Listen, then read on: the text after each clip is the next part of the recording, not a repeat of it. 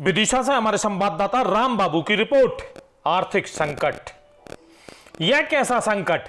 भगवान की मूर्तियां बनाकर बेचने वाले खुद दो वक्त के खाने के लिए भगवान के भरोसे बैठे हैं।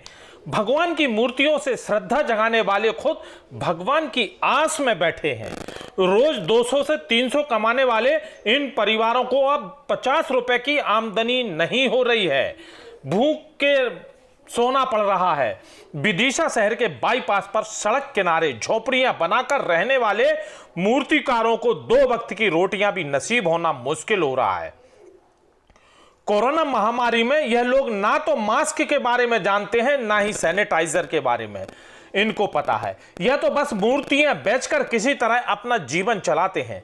राजस्थान के उदयपुर जिले के रहने वाले मूर्तिकार पिछले 2 वर्षों से विदिशा जिले की अलग अलग तहसीलों में मूर्तियां बनाकर और फिर उनको बेचकर पेट पाल रहे हैं। लेकिन पिछले महीने में कोरोना के कारण इनका व्यवसाय पूरी तरह से बंद हो गया है। कोरोना काल में यह जिस भी गांव में मूर्तियां बेचने जा रहे हैं, लोग इन्हें गांव में घुसने नहीं देते। कई बार तो दुर्व्यवहार भी कर मूर्तियां तोड़ने की बात बोलते हैं। दूसरी ओर प्रशासन की सख्ती की वजह से शहर में मूर्तियां बेचने में नहीं आ रहे हैं। मूर्तिकार का कहना है, जब से कोरोना शुरू हुआ है, गांव के लोग कोरोना वायरस कहकर भगा देते हैं हमको, और शहर में कर्फ्यू का कारण हम लोग जा नहीं पा रहे हैं। किसी तरह कुछ पुराने पैसे जुड़े हुए रखे थे, उनसे खर्चा चल रहा है, लेकिन पिछले 1 महीने से मूर्तियां नहीं बिक रही। अब पुराने पैसे खत्म हो गए हैं। ऐसे में हम अपील करते हैं विदिशा शहर के लोगों से, जो फुटपाथ पर धंधा करते हैं, छोटे छोटे धंधे करने वालों की मदद की जाए, उनको आर्थिक रूप से। विदिशा से हमारे संवाददाता राम बाबू की रिपोर्ट। गुना से हमारे संवाददाता राकेश जैन की रिपोर्ट।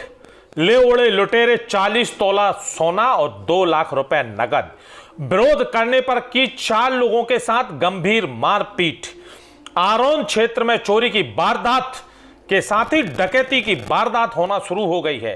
रुसल्ला का यह छोटी लड़की के सिर पर कट्टा लगाकर 40 तोला सोना 2 लाख नगद ले उड़े डकैत। विरोध करने पर 4 लोगों के साथ की मारपीट। देवी सिंह रघुवंशी के पुत्र ने बताया, रात्रि में 1:30 से 2 बजे के बीच 7-8 लोग हथियारबंद बदमाश, जिनके पास सभी के पास कट्टा, कुल्हाड़ी, टामी आदि थे, उन्होंने आते ही घर में मारपीट शुरू कर दी और मेरी 1.5 साल की छोटी लड़की बेतिका के सर पर कट्टा लगाकर बोले कि सब कुछ दे दो, नहीं तो इसको गोली मार देंगे। इतना ही सुनते ही हमने चाबी दे दी। मेरी और मेरी पत्नी, मेरी मम्मी को अलमारी में करीब 40 तोला सोना, लगभग 2 लाख रुपए नगद डकैत ले उड़े। विदिशा से हमारे संवाददाता राम बाबू की रिपोर्ट। विदिशा। कोरोना महामारी के सितम के बीच अब ओलों की जबरदस्त मार। तेज बारिश और तूफान के साथ हुई ओलावृष्टि।